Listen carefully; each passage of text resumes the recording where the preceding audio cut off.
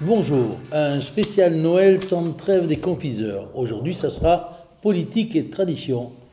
Monsieur le député Gilbert Collard, bonjour. Monsieur le chroniqueur, bonjour. Les traditions s'effacent peu à peu devant le politique, devant les exigences politiques. Les traditions ne s'effacent pas, on est en train de les détruire. Il y a une volonté politique qui rappelle un peu du reste la volonté des révolutionnaires de la terreur en 92, qui cherchaient à faire disparaître toutes les traditions sur lesquelles s'appuyait la civilisation chrétienne. Aujourd'hui, on fait la guerre au Père Noël. On fait la guerre aux bonnes fêtes de Noël. À Saint-Gilles, par exemple, il n'y a, sauf erreur de ma part, aucune banderole, aucune enluminure disant « Bonne fête de Noël ». Je crois que c'est pareil aussi dans d'autres villes. Bon, on fait la guerre, vraiment, c'est une guerre qui est faite à nos traditions et aux fondements chrétiens, judéo-chrétiens de notre civilisation. Alors, il y a d'autres exemples. Dans des écoles, plusieurs écoles, on a interdit le sapin de Noël. Ça va encore plus loin. Le sapin, ce n'est pas une crèche, ce n'est pas un signe ostentatoire religieux. Mais je crois qu'il y a un problème du reste avec la SNCF, il me semble. La SNCF, c'est la crèche. Ils interdisent la crèche. Ils interdisent la crèche. Bon, le choix est simple. Est-ce qu'on appartient à un pays de tradition chrétienne? Oui. Depuis plusieurs millénaires, la France depuis 1500 ans, pour être très précis, la France est un pays de tradition chrétienne. C'est comme ça. Et le nier, c'est nier les racines même de notre peuple. Bon, je ne vois pas pourquoi on accepterait de renoncer à notre enracinement. Moi, je me sens de tradition chrétienne, j'accepte parfaitement que des gens ne soient pas chrétiens, je comprends tout à fait que des gens appartiennent à des religions différentes et je les respecte, mais je n'accepte pas qu'on s'attaque à mes traditions, qu'on s'attaque au socle historique de mon pays. Quand on demandait à Malraux ce que, pour lui, la France était, il répondait « le christianisme et la révolution ». Alors, comment expliquez-vous que dans des pays non chrétiens, comme Singapour, la Chine, Bangkok, la Thaïlande, etc., on fête Noël d'une manière spectaculaire? Partout, on entend des chants de Noël, il y a des pères de Noël. Moi, j'ai le souvenir en Égypte d'avoir entendu des chants de Noël. C'est une volonté typiquement française? Écoutez, le rapport qui a été déposé à la demande de M. Ayrault, et à la demande de plusieurs ministres du reste, et qui a été demandé à des copains, à des potes, fait travailler mon pote, est très démonstratif de ce qui se passe aujourd'hui dans ce pays. On veut éradiquer, mais c'est grave parce qu'on devrait tous se soulever pour défendre nos valeurs et nos traditions. On veut éradiquer les traditions, la culture chrétienne. D'ailleurs, Noël, au tout début, il n'y avait rien de chrétien, rien de catholique en tout cas, rien de Jésus-Christ est né le 25 décembre, mais aucun texte religieux ne le dit. Et ça existait depuis bien fort longtemps. Les Celtes ont commencé à fêter le solstice d'hiver du 25. Quand même, la Noël, c'est quand même la fête du Christ. Non. Enfin, on célèbre la naissance du Christ. Là aussi, il ne faut pas tomber dans faut pas tomber dans cette aberration qui consiste à dire le solstice d'hiver, le solstice d'été. Non, c'est une fête religieuse.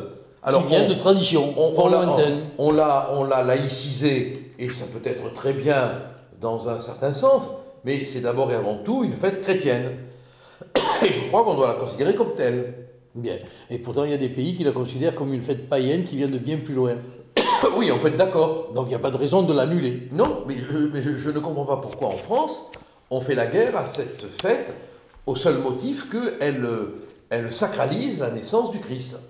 Pensez-vous que ça a un lien avec le rapport? Est-ce que l'antiracisme en France deviendrait-il fou?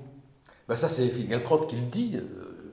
Venant de lui, ça a vraiment beaucoup d'intérêt. Oui, je pense que non seulement l'antiracisme devient fou, mais il devient raciste.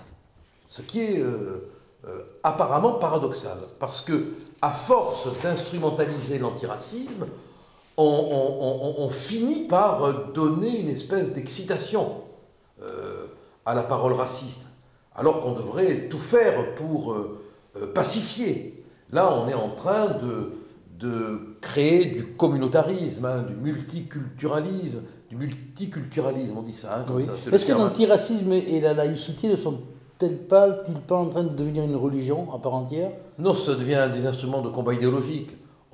D'abord, c'est tellement bien d'être antiraciste.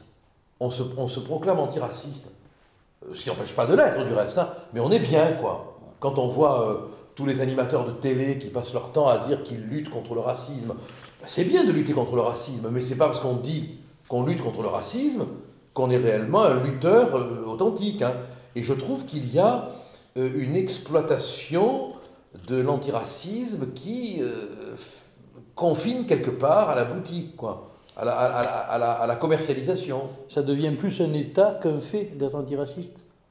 Ça devient plus un état qu'un fait. Je ne comprends pas votre question. C'est-à-dire que les gens sont antiracistes comme on est français, comme on est païen, comme on est protestant, comme on est antiraciste. Non, non, il y a beaucoup de gens qui sont antiracistes, comme Tartuffe était vertueux. Voilà.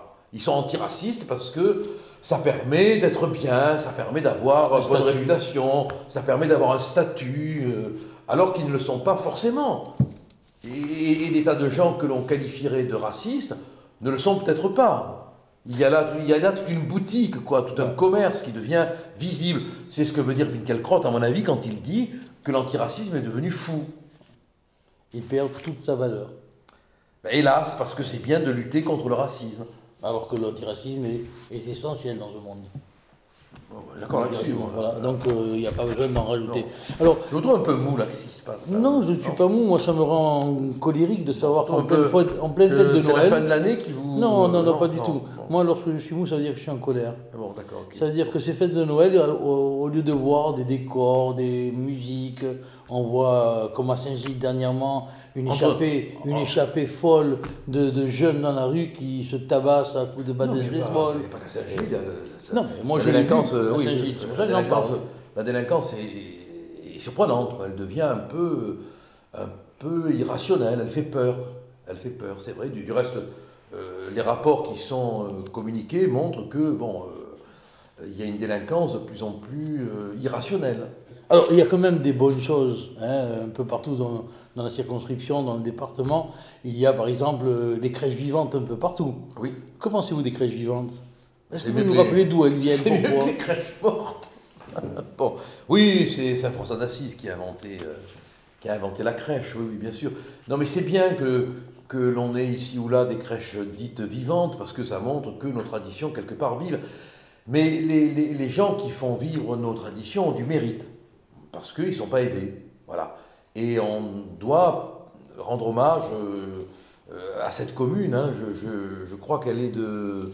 Mais il y en a une à Saint-Gilles, il y en a une à Vauvert, je crois aussi. Oui. Enfin, un peu partout, il y a des crèches vivantes qui se développent de plus en plus dans le département. Dans le département du Gard, il y en a, c'est tant mieux. Bon, c'est pas avec l'aide des municipalités, il faut le dire tout de suite. Hein. Ce sont des initiatives privées et c'est bien, c'est bien. Alors, puisqu'on est aux crèches, que pensez-vous des santons de Provence qui sont made in China? C'est surprenant que l'on ait des santons chinois. Vous me direz, on a un président santon, donc pourquoi pas Santon en deux mots? Oui, quelquefois, oui, pourquoi pas. Bon, de toute façon, tout est fabriqué quasiment en Chine. Hein. Donc c'est dommage. Moi, je serais pour qu'il y ait... qu'on achète français. Hein. Il faudrait une AOC du santon? Ah ouais, parce que quand même, le santon, c'est quand même très provençal, quoi. Ça vient d'Italie, je sais bien. Bon... C'est devenu provençal. Enfin, voilà. C'est quand même une origine très napolitaine. C'est Napoli, oui. Qui a repris donc les traditions de Saint François d'Assise. Voilà. Merci Gilbert Collard. Voilà, on a quand même, avant de se quitter, on va quand même vous souhaiter un bon Noël. Un joyeux Noël. Un joyeux Noël. Et puis, ne nous oubliez pas dans vos prières, si vous priez. Hein. Il est né le divin enfant. Il m'arrive de prier. Voilà. Allez, bon Noël. Ne faites pas trop d'excès. Et puis, à la semaine prochaine. Bon Noël.